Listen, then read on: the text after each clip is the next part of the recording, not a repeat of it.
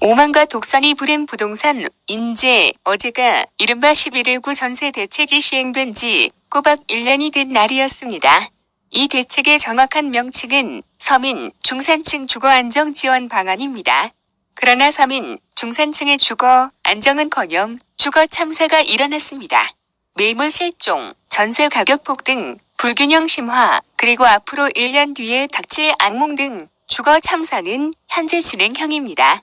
메말라버린 대출 때문에 월세 난민이 대거 쏟아지고 있습니다. 현금이 부족한 분들의 내 집 마련 희망은 이룰 수 없는 꿈이 되었습니다. 국민은 하루 종일 부동산 사이트를 쳐다보고 있어도 한숨만 쉬는 형편입니다. 결혼을 앞둔 청년들은 절망합니다. 전세도 없고 있어도 대출을 받을 수 없습니다.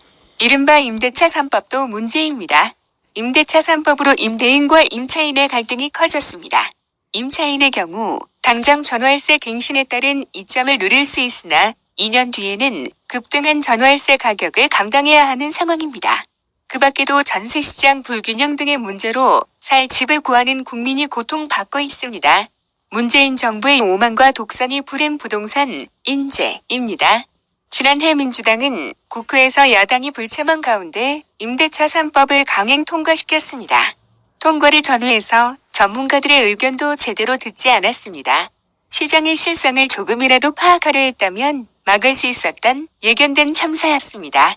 민주당이 대화와 토론, 타협의 정치, 민주주의의 기본만 지켰어도 막을 수 있는 참사였습니다. 문재인 정부의 오만과 독선으로 인한 정책 참사를 지켜보고 있자니 참 답답합니다. 이번 대선에서 반드시 정권 교체를 해야 한다는 마음이 간절합니다. 제가 대통령이 되면 국민을 무모한 정책 실험의 대상으로 삼지 않겠습니다. 내년 정권 교체는 잃어버린 민주주의를 되찾는 계기입니다.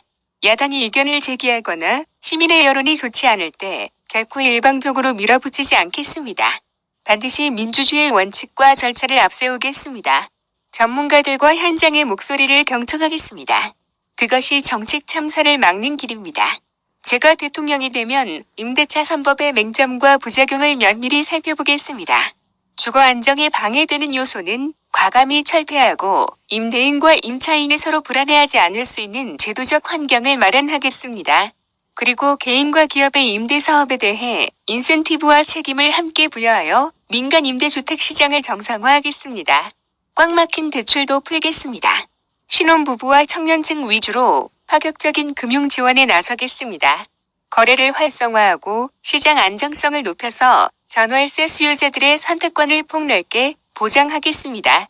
그리고 취약계층을 위한 공공임대주택을 지속적으로 공급하겠습니다.